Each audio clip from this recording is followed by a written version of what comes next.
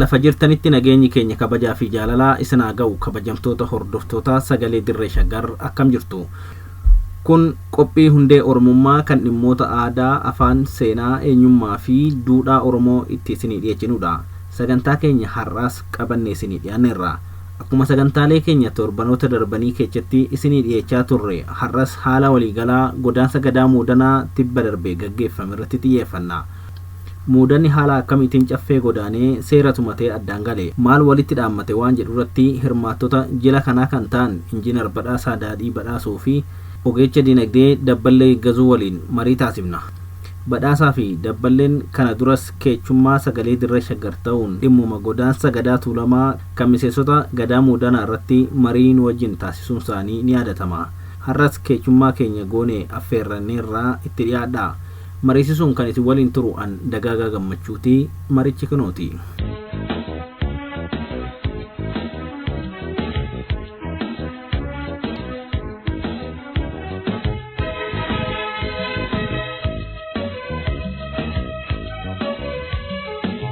Ayyee Badhaasaa fi Dabballeen affeerraa keenya kabajanii waan nu argamtaniif maqaa dhaggeeffattoota keenyatiin ulfaadhaa isiniin jenna.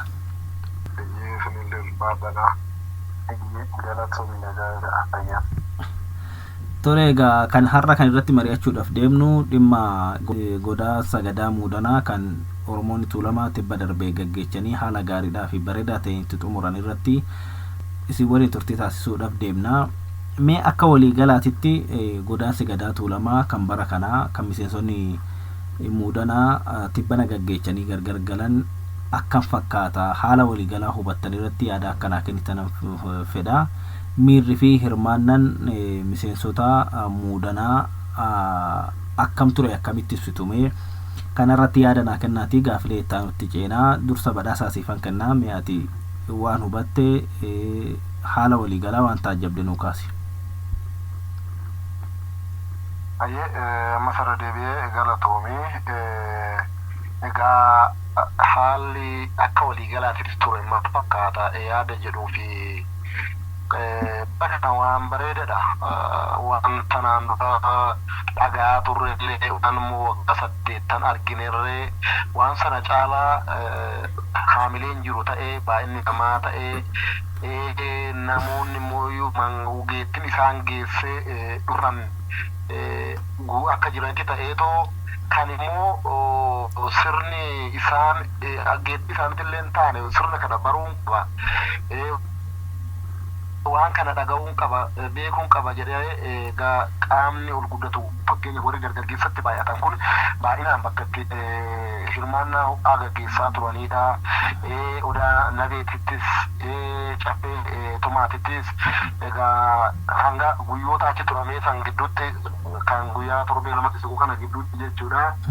Waan bareedaa bareedaa miira haalee namatti hordofu sirnuma gadaatillee immoo akka duriirraa haamilee wayii tokko kanan argaa turre. Maanguddoon mataan isaanii maanguddoon umuriidhaan illee baay'ee deeman haamilee isaan qabaatanii gadaatii yenna jedhanii ittiin deeman sana dargaggeessi gaafa dhaqee argu marartee maanguddoo keessa jiru san dhaalee bakka sirnaa sanatti wantoota silaa ta'an sana gaafa dhaqee argu tuunni bakka sana ture akka malee kan si gammachiisu haamilee waan kee keessatti ati qabdu kasitti horuu waan bal'aadha. Odaa nabeet irrattis caffitumaat irrattis kana waan ta'eef akka waliigalaatti tokko baay'inni namaa akka malee dabalee bara akka carraa ga'anii bara waggaa 8 kana jechaadha. Geemiin ture bara meelbaayii bara sanallee ilaalee argeera. Bara kanallee ammas hireen innaan geessee achitti hirmaadhee waan sana argeen ture. Haamileen achi jiru baay'inni namaa achi jiru warroota mooyyuu sirna jaalala sirnaatiif qofa iddoo kana qofa argaman iddoo adda addaatirraa fageenyarraa dhiyeenyarraa kan dhufan hunda jira. Baay'eedhuma namatti tolaa. Tuulama sadan irraa illee yookaan immoo ilmaan tuulama sadan irraa bachoo jaanjillee fi daachi kuni gaafa baay'inaan waan duraanii caalaa akka maleedha kan hirmaatame akka waliigalaatti waan haamilee namatti tolu waan nama gammachiisu jedhaan arge. Ayyee baay'ee galatoomii dabballee waan dabaltu qabdaa? Hayyee ulfaadhu dagaagaa badhaasaan akka gaariitti ibse ajaa'iba wanni jiru hirmaannaan jiru si'aayinni jiru namni gara duudhaa ofiitti gara gadaa ofiitti deebi'uuf haalli namootni keessa turan miira namoonni turan gaani xiqqoo ture kanan horbee qabe iddoo tokko tokkorraayi si'aayinumti dura ture baatii 3 dura baatii 4 dura si'aayinni uummata jidduu ture baay'ee kan nama ajaa'ibudha walumaa galatti haga odaana bee haga caffeetumaatitti wanti ture nama gammachiisa abdii guddaa nama keessatti ture jechuun barbaada. Ayyee ulfaadhaa isin lamaanuu egaa waan tokko osoo isin ibsin kanan darbee badhaasaan bara kana foolledha warra gadaa mudanaa godaansiseedha. Dabballeen ammoo miseensa gadaa beelbaa warra amma alangee kennuuf deemu kanaati isaa waliin kan marii taasisaa jirru. Mee dabballee suma afaan gaafii tokkotti si dabala. Egaa akkuma beekamu gosti hunduu yeroo godaanu kana godaansa kana dura akka gosaa fi balbalaatitti akkasumas akka maatiitti qophiin mana ofiititti godhu adda addaa inuma jiraata. Qophiiwwan kunniin maalidhame keessattuu sadarkaa warraatitti sadarkaa maatiititti ulfaadha wal qabsiisee wantoonni jiran maal akka ta'an achirraa nuu kaasiti. Akkasumas yoo kana keessatti waan haadha manaatii godhee ta'u namni godaanu tokko haadha manaa isaatii wanti godhu soo jiraate gama ulfaatinis wantoota jiran kana akka waliigalaatitti nuu kaasime namni tokko manaa bahuudhaaf godaansaan dura manatti wanta inni godhu.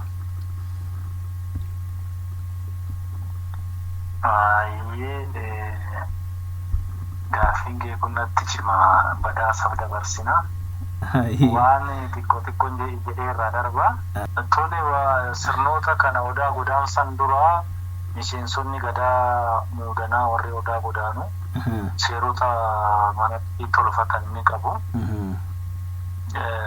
Keessattuu warri ulfaa warri bokkuu sirnoota garaagaraa mana ofiitti godhatu. Mana irras darbanii ardaa naannoo isaanii jirutti bahanii uummata wajjiniin seera akkasii sirriitti godhatu. Qe'ee bokkuutittis dirribbaa sirni jedhamu ni raawwatama. Caffeeree yookaan immoo ardaa naannoo sana jiru irrattis immoo sirnoonni fooqa dhaabuu kormaa qalanii gadaa 5 bakka tokkottis wal ga'ee isaan arguu sirnoonni garaagaraa ni godhamu. Akka maatiittis akka warraatitti mana keessa wanta godhatanii manaa bahuu qaban kan akka gosaan alatti ardaalee gurguddoo irratti godhatan osoo hin taane akka maatiitti mana keessa wanti guuttatanii manaa bahuu qaban jechuu kooti. Egaa waan amma dabballeen kaasee akkuma jirtu dhuma dabalataati jalqabarraa namni tokko gaafa godaansa yookaan immoo yoo gara caffee gara odaana bee yookaan gara caffee tumaatitti maruu ta'uu mana keessatti waan godhatu qaba jecha. Cal jedheetuma ka'ee guyyaan sun haa ta'e baheen deemu sirna mana keessatti godhatu qaba. Sirni kuni fakkeenyaaf amma gaalii keetti wal qabatee haadha warraatillee waan godhan waan jiru san jechaadha. Haadha warraa isaatitti haati warraasaa callee qabdi. Callee kana maddabboo tarigaa maqaan kun yoo bakka biraatitti qomoo kan wantoota natti fakkaata. Maddabboo sana faa bitanii fi mana keessatti bura dhaabbatee warra ulfaa qabu yoo ta'e immoo warra ulfaa sana deemee achittillee bura dhaabbatee ulfaa ofiititti irreeffatee ofiititti calleen illee ulfoodha. Ulfoo kanatti illee afi irreeffatanii bura dhaabbatanii waaqa kadhatanii saniin booda immoo nama qe'ee jiran kana yookaan immoo uummata ollaa qaba namni kuni isaan immoo yaamanii maaddii mijuu godhanii maaddii mijuu kana eebbifatanii gabbisa yoo jecha warri kun isaan gaddeessa jechaadha. Akkuma manaa ba'an kana. Amma harma cal jedhamee dhuma guyyaan kun ga'ee jedhee akkuma nama gabaa ba'uu sana miti kan ba'amu jechuudha. Atillee gaa waa malee yaada kanan kaasne naaf gala anis immoo waa kana quba qabuu fi argetti jechuudha. Waan manatti qaban kanarraa waan qajeelfatan kana qajeelfatanii ulfoo kanatti irreeffatanii ulfaa kana ulfaa warra as dhufu yoo ta'e isaayyuu qabanii ba'anii ulfaa as dhufne yoo ta'e immoo marmatitti irreeffataniiti biraa bahanii dhufu gaafa kana gaa ollaani fi firri mareeyoodhaan gabbisayoodhaan gadaan gabbisayoodha kan jettu mareeyoo maddii gaafa malkaa bu'an mareeyooni akkas jechaati kan isaan gaggeessanii sanboodagaa kara dirreetitti bahaa jechuudha. Uwwisa yookaan immoo dirrafaa akka barsiifata mana isaanii keessatti yoo harki dhaqqabe maatittis ofiifis waan kana godhatanii korma dhaabbatus ni jira yookaan immoo manama keessatti garuu maaddimjuun qopheeffatanii ollaa waammatanii ulfaa ofiititti irreeffatanii bahu jechuudha. Bifa kanaan egaa wanti mana keessatti ta'uu waan babal'aadha. Kan wantoota baay'eesitti dubbachuu illee afaan qabu jiraates waan baay'eetu jira.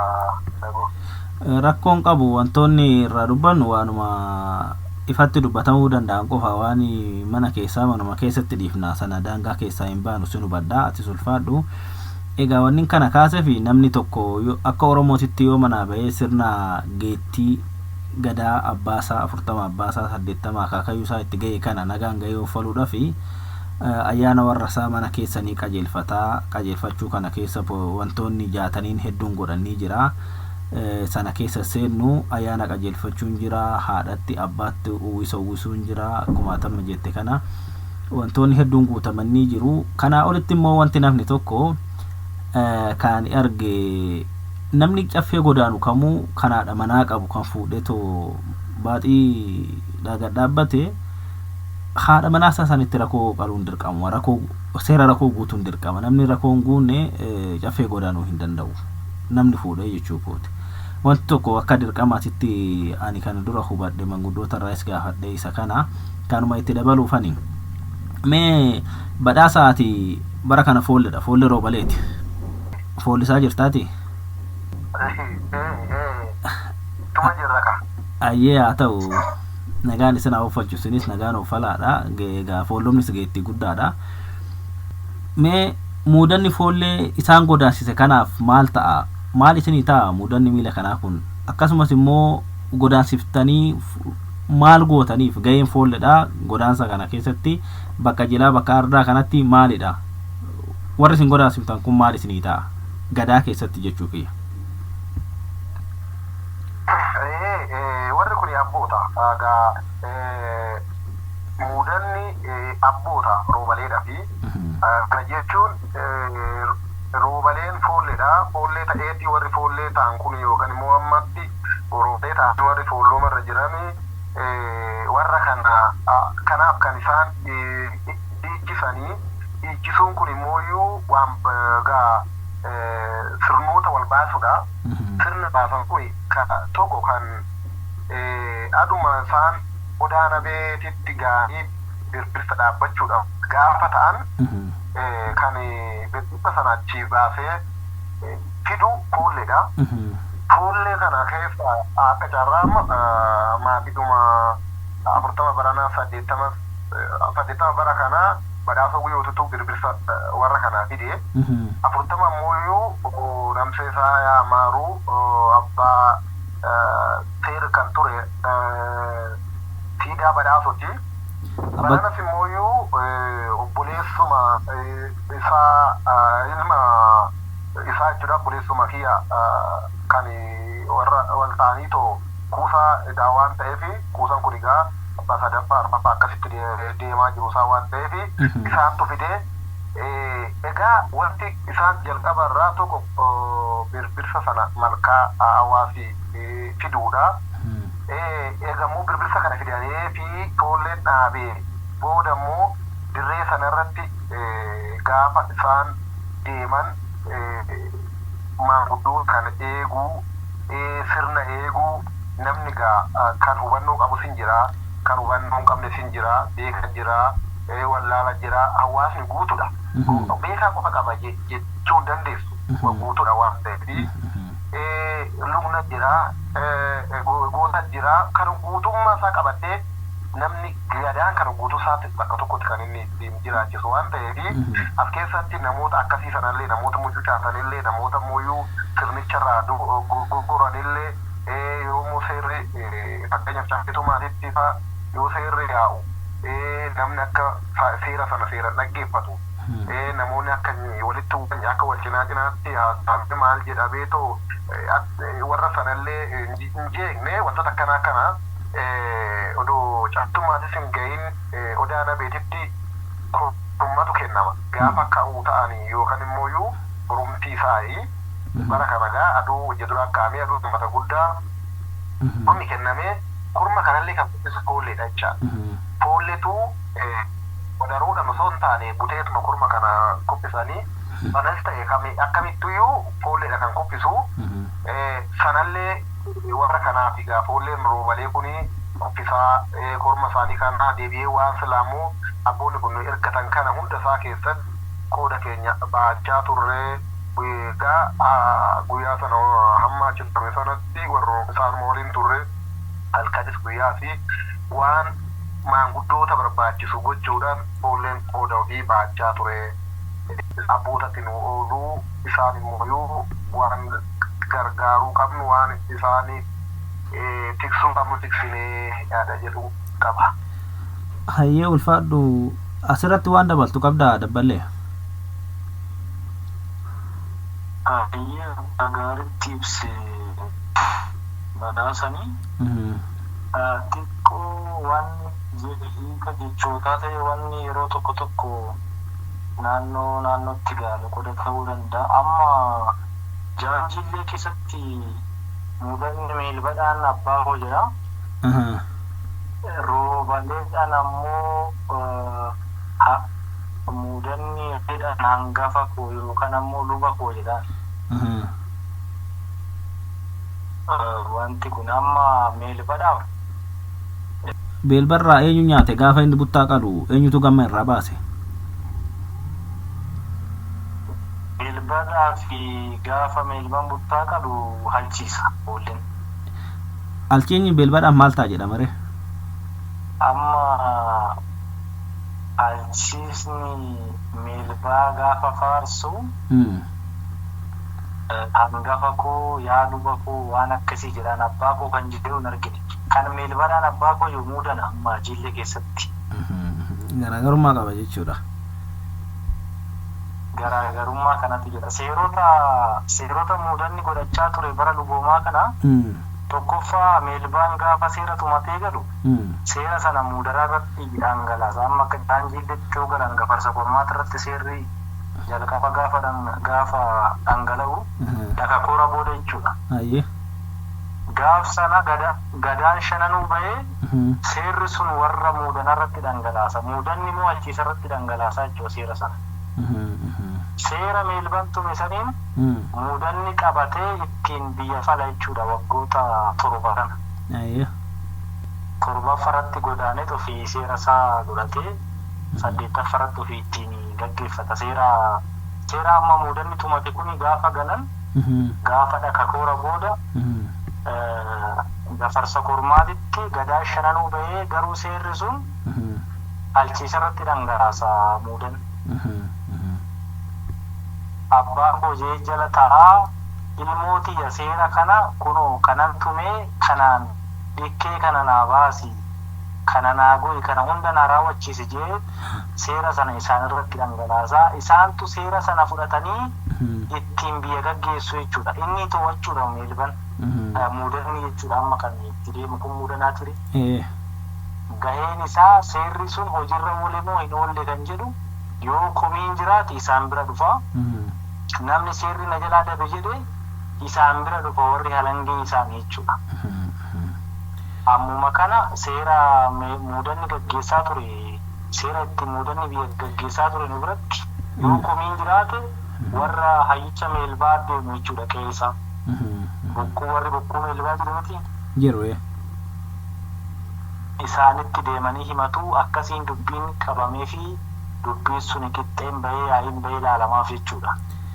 Kanaaf bifa sanaan muudanni meelban abbaa koo amma faaruu keessatti geerarsa baay'ee keessa jira. Amma fakkeenyaaf meelban yoo muudana faarsu gara dhumaa kana malee isaan faarsu gara dhumaa kana egaa isaan jajjabaatanii dagaagaa qalachuu jalqaban irra gaafa hordofaa sana dhufeef jechoota baay'eedhaan wadaraa yoo darbanii gaman ceenuwaa ifa guraa muudana leenca martuu abbaa yoo ilmoo tolche tola jedhaan ilmi yoo abbaan tolche tola roobaa tasna garree yaa taliila yaa utolola diigaa jedhee duwwaan baay'eedhaan gaa diigaa hulaa sagalii jechaa sun dhuguma muudana kootaa cufu Eertiraadhaa dhiiratu lola jabeenya isaa jabaa ta'uusaa jechoota baay'ee fayyadamee isaan faarsa warri meelbaa muudana. Seera isaa kana egaa inni tolchaa fi dhufe jechuudha. Hin hordofa jalqaba seera kiyya hin balleessita taanaan seeraan sitti kenne hojiirra naa oolchaa deemuu qabda jedheetiin hordofaa. Seerota sana hordofee gara dhumaa kana yoo inni odaa daansaa ta'u faarsuu jalqaba jechuudha. Warri muudanni illee meelbaa faarsaa turan. Muudaan abbaa jabaan qaba jechoota isaanii keessatti abbaa jabaan qaba. Abbaa jabaa namni qabu eessatti badaa. Egaa amma anis abbaa jabaan na guddise.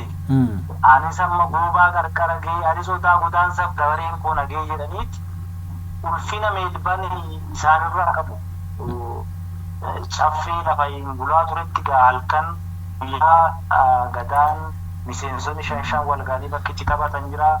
Bakki halkan ta'anitti wal jabeessaa bakka laafinni jiru irrattis wal tuqaa bakka jabinni jiru irratti wal jabeessaa bakki isaatti wajjin turan jiru.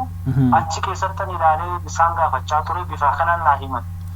Meelbaan amma roobaleedhaan luba koo hangafa koo jedhan foolluma bara foollumaa sana yoo roobaleen odaa godaanu yoo roobaleen sirna godhatu yoo roobaleen buttaa qalatu foolleen meelban. Inni yaadadha bara san xiqqaa turullee jechoota isaan jedhaniin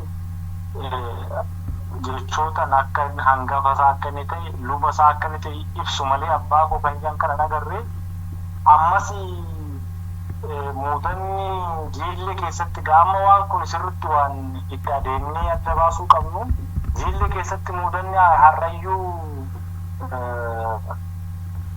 muudanaa fi eenyudhaa birmajiidha jedhamaatire.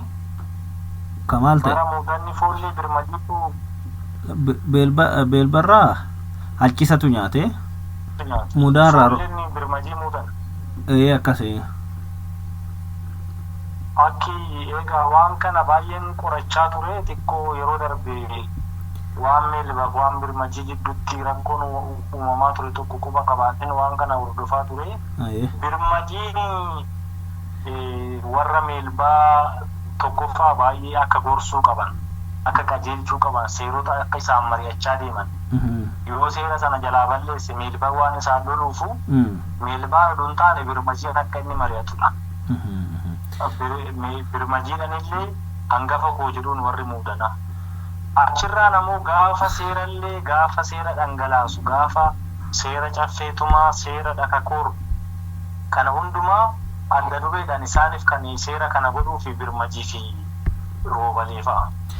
Kanaafi waan amma badhaasan jedhu irratti waan kun waan inni itti adeemneet iddoo hundumaa waan jiru abbaa fi hangafa kan jedhu kun akkamitti akka amma naannoo kanatti baay'inaan walannaa jedhama. An waan walannaa kana dubbiseen namoota jaarbii baay'ee dubbifnaan walannaa kan jedhamanii sirnarraa wal dhoowwanii bakka seerri tumamutti bakka keessattuu caffeetumaati irratti naan jedhani. Mee isa itti deemna waa'ee walaannaa kanas hin dubbanna. Amma jillee fi gara daacititti akkamitti akka garaagarummaa uume hin beeku malee foolleen abbaa isaatirraa nyaata. Abbaarraa nyaata. Abbaa nyaateeti biyya tiksa biyya keessa naanna'eeti kan abbaarraa nyaatu. Amma fakkeenya bara kana muudanni godaanee gadoomee jira. Ijoollee isaati kan irraa nyaatu roobaleedha jechuudha. Badhaasa affaa roobaleedha. Afoola keessatti illee sirmatti jira.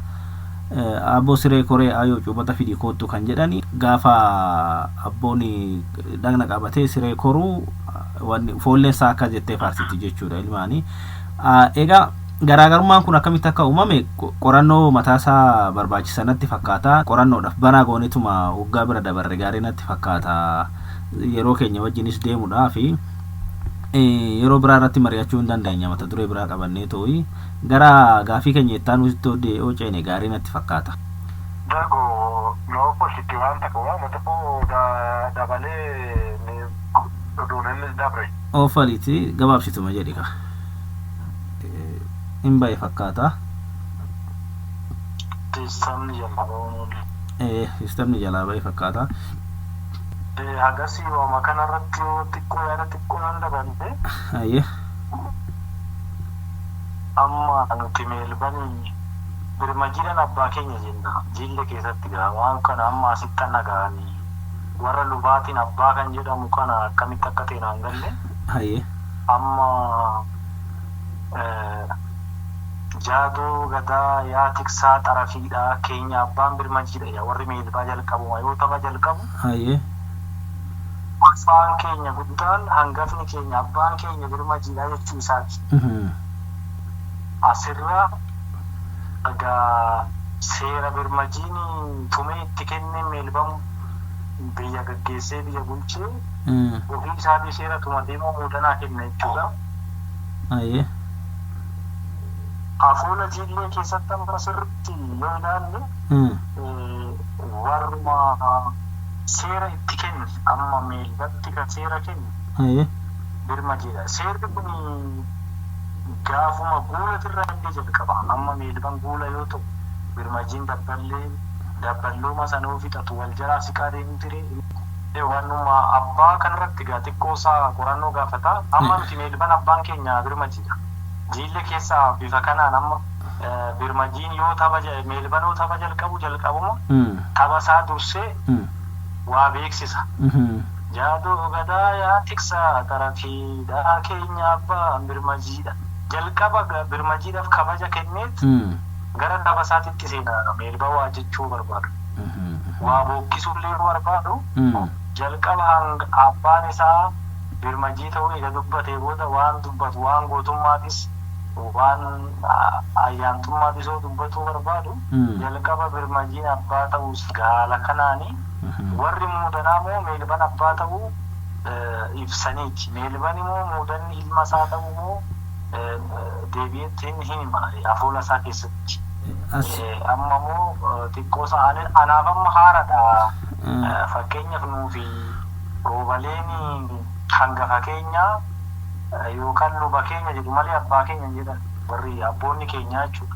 Si hubadheera nama kan nuyi hangafaa quxusuuf jennuun isin abbaa filma jettaniini amma nama baalii irraa fudhachuudhaaf deemtu daandii deebisa garaa baalcii maaloo yaa hangafa koo baalii takka takka naa baalchi jedhanii kadhatu nama baalii irraa fudhachuudhaaf deeman san jechuudha. Fakkeenya amma birmajiin roobalee irraa akkasitti kadhate jechuudha. Amma badhaasaa faarraa jechuu kooti warri birmajii harrii buqqisaa jira. Hangafni nama dura jiru miseensa nama dura jiru mee kana qorannoodhaaf baraa gooneeti ajandaa keenya irraa keessa akka hin baane yeroo biraatti deemnee mari'achuu hin dandeenya. Waan sirnaati irratti dubbanna waan ta'eef fagoon jiru. I think qorannoo suwaafee unatti fakkaata. Badhaasaa dabarrumoo waan jettu hin qabda. Ada rubakara waanuma ammaati kaase kana kaasuudhaaf hin ture hangafa iyyantoo kana fi afuulotaati gachatti fayyadamnu. Fakkeenyaaf maal hangafa koo baalli takka takka nu baachi jedhanii mafaa kadhatan malee wanta uumati sun mi'a ammaa fi akkuma jirutti ta'uuti kan namatti dabarru adichuma gabbisumaatiin jedhee waan jirummoo nuffannaa fi hin qorannaa fi kanuman jedha. Yaa ta'u akkasuma bulfachuun waya mata duree keenya har'aa keessaa akka hin baane itti deebinee mari'annaa dhimma kana daballee atis laphee irratti nu qabadhuuti. Mee gadaa keessatti miseensota miseensi gadaa shananuu tartiiba mataa isaanii kan ittiin wal baalli fi alangeetti walii dabarsan qabu. Adeemsa kana keessatti walaannaa waan jedhamutu jira. Walaannaan kun maali? Maaliif immoo bakka tumaa seeraa kana hin naqxu walaannaan gaafa miseensi tokko seera ofii tumatu walaannaan achi naqxuu jedhan keessaa hafanii atis akka warra muudana ammaa kana biraa gaafa isaa seera tumatan biraafte quban qabaa sirraas dhageen jira waan ta'eef seerumatu tumee jira natti fakkaata akka walaannan bakka san hin nagne. Maalidha sababni walaannan kun maalummaa isaa nu ibsiti sababni immoo achirratti hin hirmaanneef maali akkasumas walaannaa duraaf duubaa kan jedhamus inuma jira mee sunis maal akka ta'e gabaabsituma hanguma hubannoo keetiin nu kaasi. Tole galatoomii egaa waan kana durii ijoollummaarraa inuman nagaa bakka seera tumatanitti warri wal harkaa fudhatu waliin akka caffee iddoo sanarraa akka hin bulle guyyaa akkamii wal laaluun akkamii wal eebbifatu wal jabeessu halkan seera kana bira akkam turreedha kanan quba qabu. Kun waanuma gadaan tufate qaamatumaa gadaa waan gadaan gaafa uumamtu tumatte irraa sharafuun waan dandeenyeef anis kana gaafanii jiloota adda addaa sirna muudanni godhatu kana gaafan deemaa turellee waan ani isaan biratti argamutu jira bakka immoo biraa deemutu jira achirraa siqeen amma isaan seera tokko fidatanitti bakka inni ittiin argamnis hin jira. Asumattuu dhuuntaan caffeedhuma naantuu bakki isaanii gurra hinnitu hin jira jechuudha. Bakki isaatti waa mari'atanitti muudana malee waan irraa kaa'aa yeroo jedhan gafarsa kormaatitti odaa tuutatti argatan ture jechuudha kana. Kanaaf seera gaariidha seeruma galaanitu waan seera isaa waqtiin bulmaan isaa itti waan biyya bulchuu deemu yoo mari'atu tumaadhuma gadaa waan ta'uuf amma meelbaanii kan birmajiitirras hin bulu kan muudarras hin bulu jechuudha. Roobalee fi halchiisa wajjin isaan wajjin jechuudha kan inni kun. Seera isaan irratti waa gadaati jedheetu magaa bifuun yoo dabarre malee waan seerri gadaa waan dhaabbataa common sense waan gadaan seera dhaabbataa isaanii ka xiinxalullee waan ulfaatuuf ani amma addatti wannan qoree qabu kanarratti badhaasaan naa gargaaru malee yoo incitiin biraa jiraate seeruma gadaa jedheetan miisanii ni abaaramaa namni suni waan akkasii duruma wannan quba qabuuf yaanillee haguma sa'aatii lamaa akkana isaan bira galgala ture sana biraa deemaa ture jechuudha iddoo sana. Namoota wajjin hinaasa'u qabu akka sa'a lamaa wajjin haasee deemaa ture saabuudha. Ayyee galatoomi badhaasa asirratti waan jettu qabdaa mee keessumattuu maalummaa walaannatti irraa kaasiti wanti jettoo jiraate xiqqoo nuu tuqiiti itti kan biraatti dabarra. Ayyee walaannaa jechuun miseensa shanan keessaa miseensa walaannaa duraa duubaa jedhamu kun mooyyuu qadaddu jedhamanii qadaddu kan jedhaman warra abbaatii kan immoo fuullee fi warra kun amma roobaleen fi muudana akkasumallee birmajii warri kun ammoo qadadduudha jedhamanii birmajii akkasichise muudana roobaleedhaaf immoo wannoodha jechuudha. Roobaleen immoo warra muudanaafis jechuudha. Walaannaa jechuun kan ati irraa fudhattu sana yookaan immoo kan ati kennitu dabarsitee kennitu uffanne jechuudha. Hamman odeeffatetti maaliifiin bakka tokkoon turaniin kun warri kun walaannaa kun waliin qoosa. Akka ati sirna balleessite amma fakkeenyaaf arrabsoon jiru.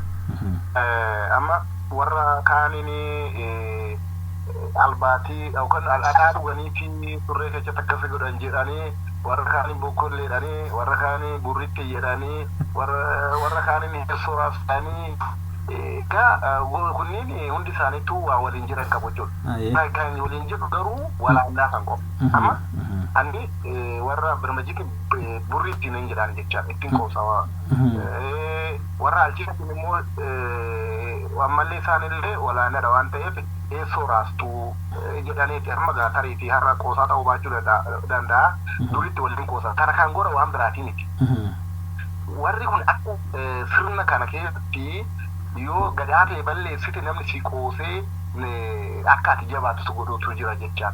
Amma akkamitti akkana goota nama ulfaa ta'e akkasuma godhe akkana natti kolfu akka jedhamu san jechuudha.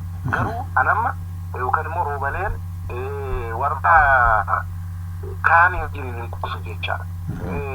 Warra muudana nama muudanaa fi meelbatti qoosuu hin danda'u jechaadha.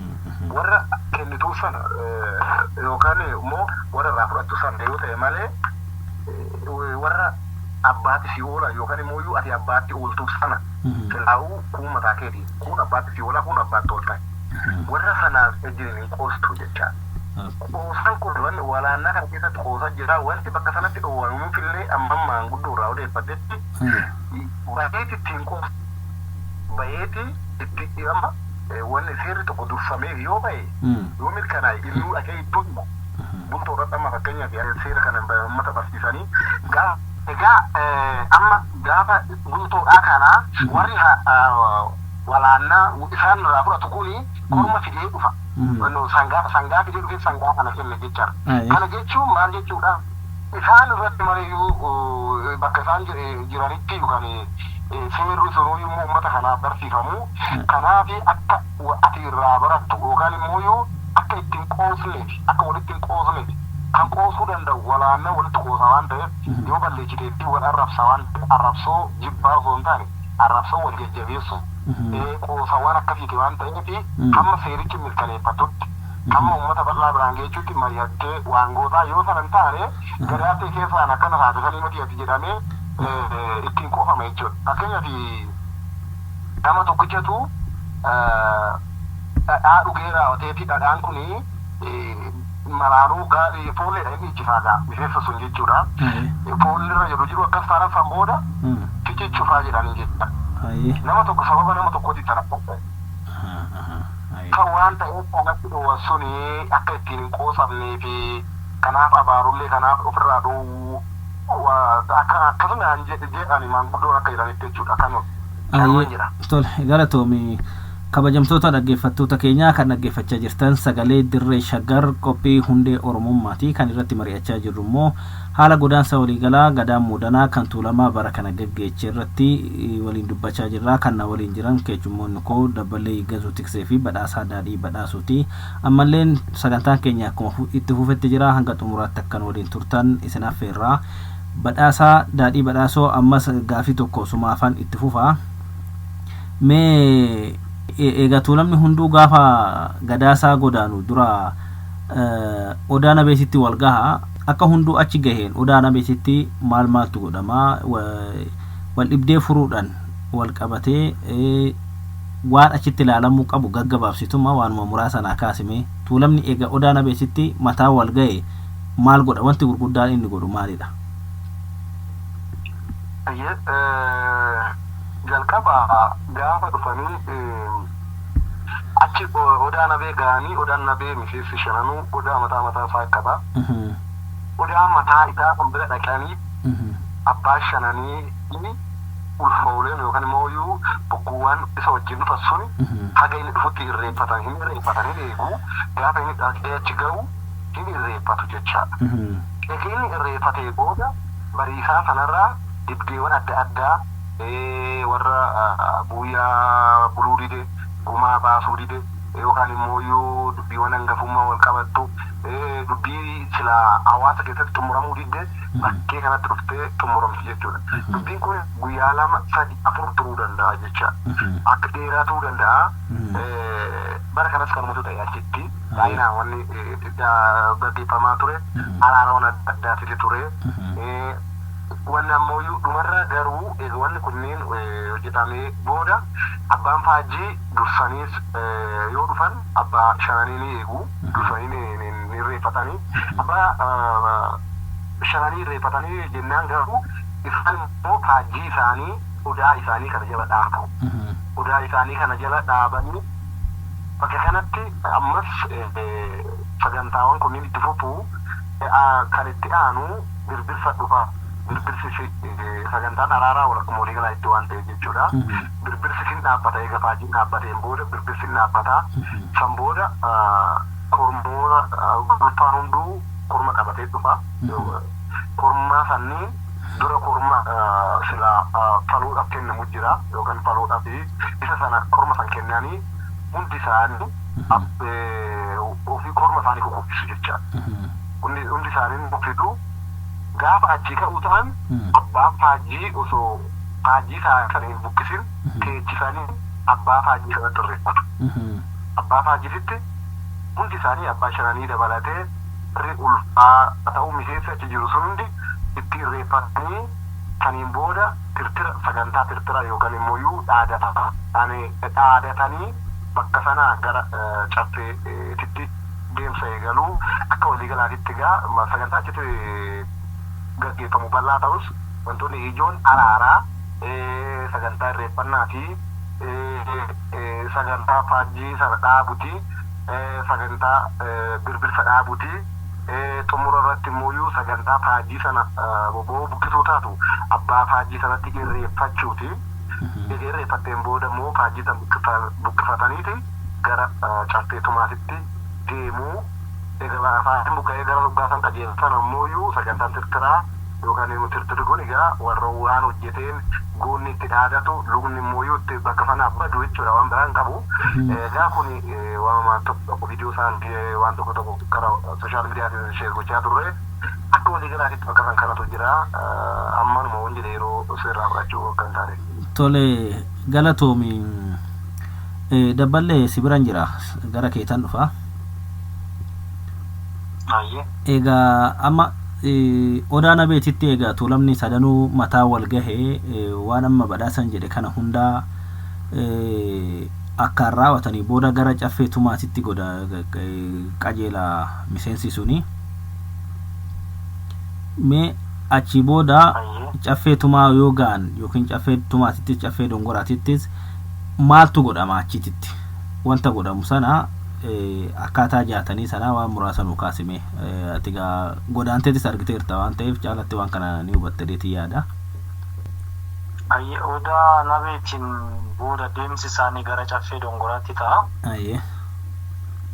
Caffee dongoraa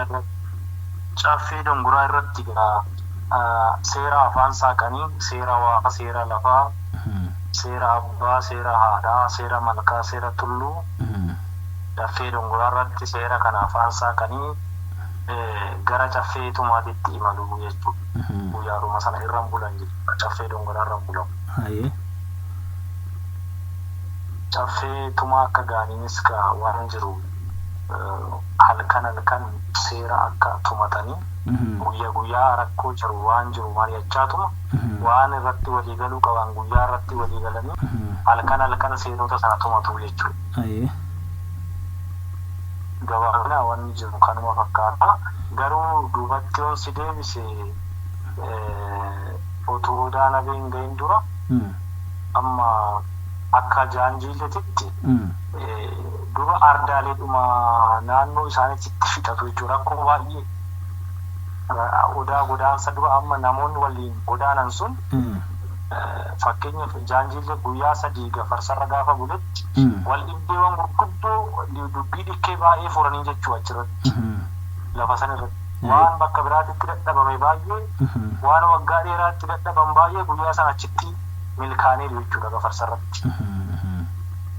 Kanaaf lafa saffaan amma gafarsa hiikaa dhikkee si turaa ganjiille hiitiche jedhu jechoota isaan ittiin ardaa sana urfeeffatan argeetanan otoo odaa garaa namni dubbiin isaa hin dhumanneef yookaan nama tokko yookaan nama lamatu tuulamatti himachuu dhufa malee kun dubbiin isaa achumatti xumuramaa fi jechuudha. Gafarsarratti dubbii fixatu.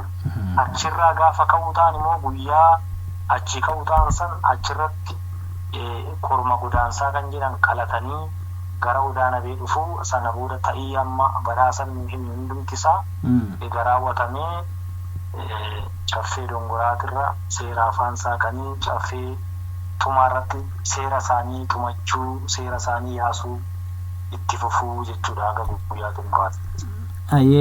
Galatooma isin lamaanuu gaa waanuma sirrii kaastanii amma dubbiin caffee geessu ka odaa nabee geessu dubbuma baay'ee jabaattee gosa harkaa baate malee dubbii laaftuu miti.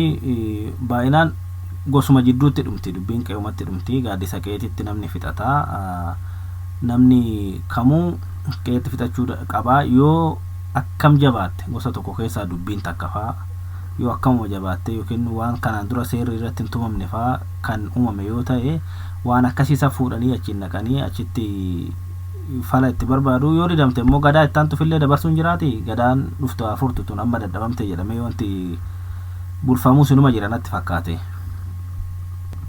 Akkasuma. Hayyee ulfaadhaa badhaasa na dhageessaa gara keessittan dhufaa. Hayyee mee gadaa Tuulamaa kana keessatti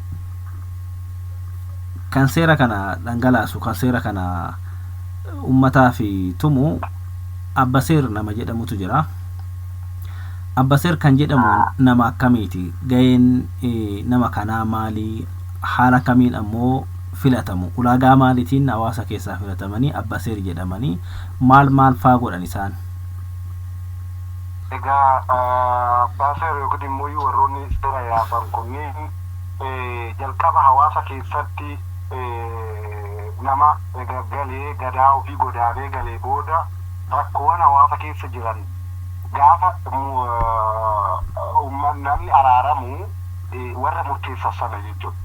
Egaa nama baay'eetu caayitaa itti jedhee seera waraabbadhe jedhee galee murteessaa guyyata qabdi dubbiin hawaasa keessatti. Yoo akkanatti oguma dura gaaddisa tokko ta'anii nama araarsuu ta'anii yoo sitti muree fudhattaa yoo nan immoo yoo si muree fudhattaa nageeffatta malee nan didduu jedha. Geeffanni kun jechuun oliyyannoo sana. Sarratti hayyuutti ol geeffatanu hayyuu kun ammoo atti taa'ichi maanguddoota seera beekan kana yaame isaan irratti ta'a. Egaa namoonni yeroo baay'ee hawaasa keessatti murteen isaanii akkanatti gadaan akkanatti tumte bara akkanatti tumame naafuu kana qabu seera akkana wanteeti kun tumame jedhanii baay'ee dheeraadhaaf deddeebi'anii seera kana keessatti uummata keessatti murteewwan daddabarsanii fi uummanni waan kana osoo ganaa ebeluuf yaadanii kanaa dhufa jechuudha baraa dhufa jechuudha.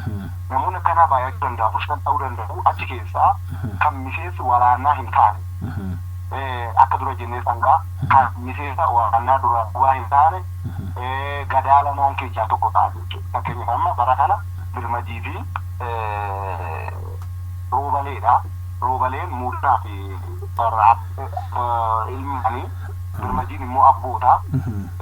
Warra kana keessaa immoo dhufanii warra kaan maanguddoota jedhaman keessaa kan bifa kanaa filaa dhufaniitu umarratti immoo seera warra nu baasuu danda'u seera kana sirriitti hin beeku akka uummata keessa jirtu irratti dubbiin isaanii hin galabbatamtu yookaan immoo namni biraa jijjiirama oliyyata jettee yoo akka malee itti murteessite geeffata seen jedhaa geeffata seettee dubbiin keessuun ni jijjiirama yoo ta'e wakkunni mataa isaa madaalliiwwan ta'aa deemanidha. Kana keessa laalanii namoota kana filatanii nama tokko kan jalaa qabu tokko kan yaasu qabatanii dhufu jechuudha kan miseensa walaannaan taane kana koo mallee nama seera beeku ta'ee kan isaan barbaadan nama isaan barbaadan garuu walaannaa ta'e ni utaala yeroo sanaaf ni utaala warrumtu sun jedhu.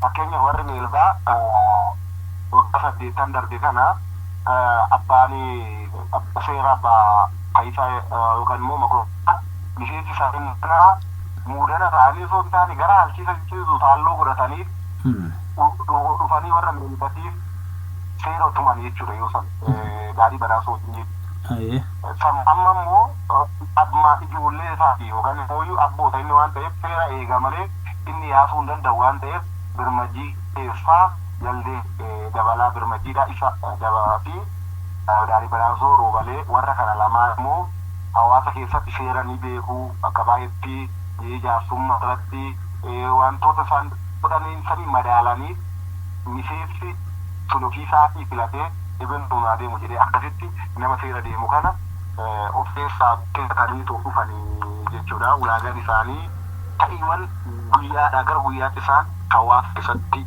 dabarsan sana hawaasni kun immoo isaan madaalee hin beekaa sirna beekaa gamma nu baasaa sirriitti bakkaa qabaa jedhanii bifa kanaa filatan jechuudha.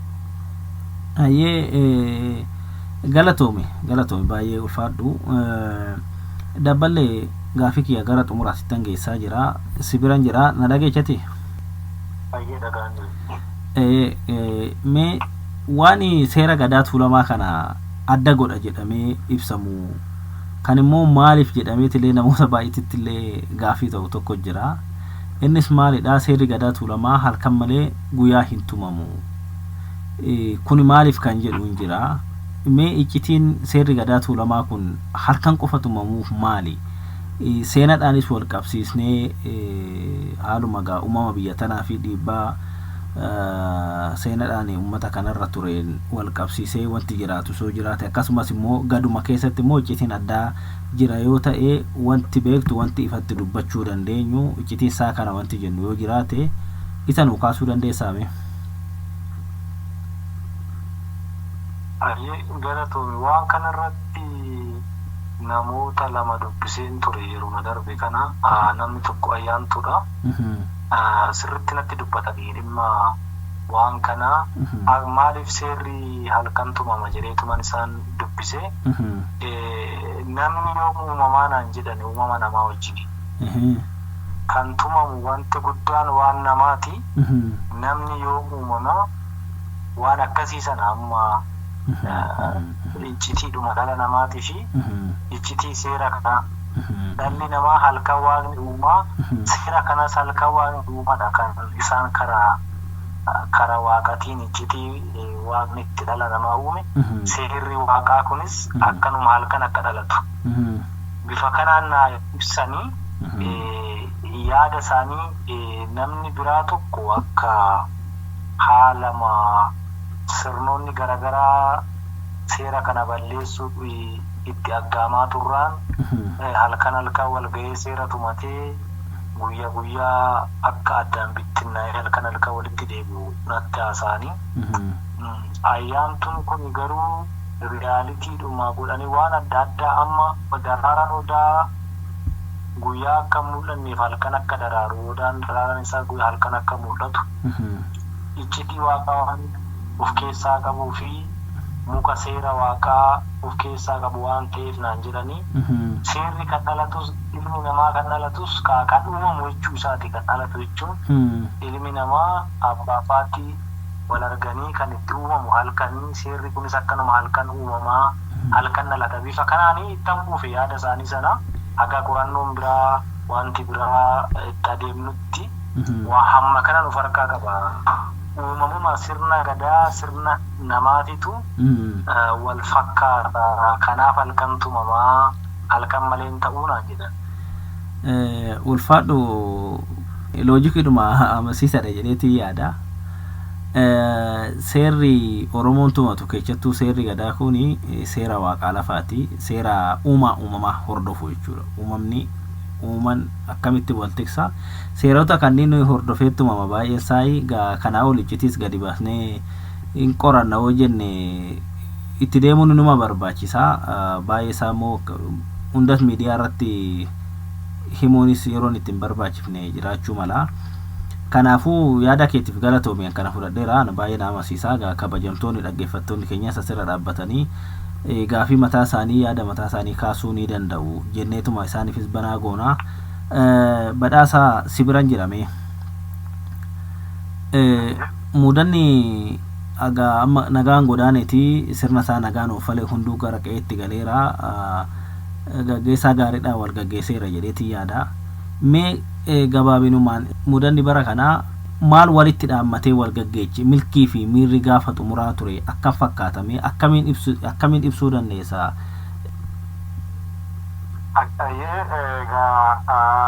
Haga cabbeetumaa ture san keessatti seerota adda addaa fi kan baafatee kan miseensi baafatu ni jira.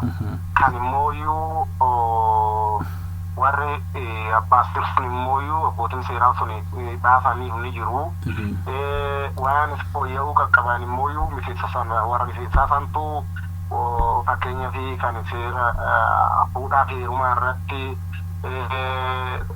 daannaa silaa fuudha fi heerumaa irratti ture sana waan bara keessa ta'e dhufee immoo uummata kanallee rakkisu fakkeenyaaf amma waa'ee gaadii tokko fa'aa gaadiin kun uummata kana rakkisaa akka jiru kana fa'aa wantoota baay'ee isaanii waan akka leetitti kaafatanii itti tumaniin booda seerota hedduu tumatanii xumurarra namni kamiyyuu galee argaa jira isaatitti qe'ee isaatitti akka uummata isaa sanaan ga'ee waggaatti immoo deebi'anii tumaa lubbuu yookaan immoo dhaka qoratti jechuudha. Tumaa lubbuu dhaka qoratti kan jedhanii isaan waamanii isa irratti immoo namni akka sirna sana sirna kana uummata biraan ga'u yookaan immoo sirna achitti waraabatan sana uummata biraan akka ga'an waliin jedhanii xumura irratti mijirii yookaan immoo goojjoodha goojjoo tolchanii goojjoo sana gubanii addaan ka'anii kana jechuun haga waggaa sanaatitti lammata deebi'anii achi irratti akka taa'uu hin qabne caffeetumaa kanarratti akka achitti hin deebine waggaa kana keessa jechuudha. Aduu saamuu ta'e malee jiranii dhaammataniitoo bifa baay'eedhuma namatti toluun hawaasni haamilee kan guutame bifa kanaan xumuratanii gara mana ofiitti kan isaanii malanii aaduma achi gale kun dirree ofiitti baatee ofiitti wal argee waan sana gochaa ture kun immoo mana ofiitti galee beellamaan fuuldura kana faallee seerota sana uummata barsiisu jechuudha. Uummanni kun yoo kan nutti seerri kun nutti guddate maaloo nurraa hir'isa seerri kun nutti xinnaa ta'e maaloo itti nu dabalaa jedhee immoo seera kana qabanii tumaa lubbuu yookaan immoo dhaka qoratti geessanii seerota kana raggaasisanii deebuu. Ayyee ulfaadhu galatoomii.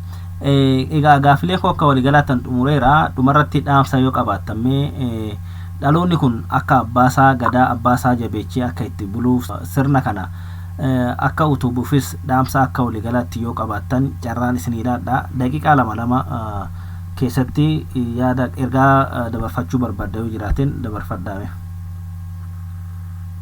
Egaa wanti akka dhaamsatti ta'e dhaamu waan baay'ee dubbachaa turre gaafa waa tolchinu waa'ee balleessina.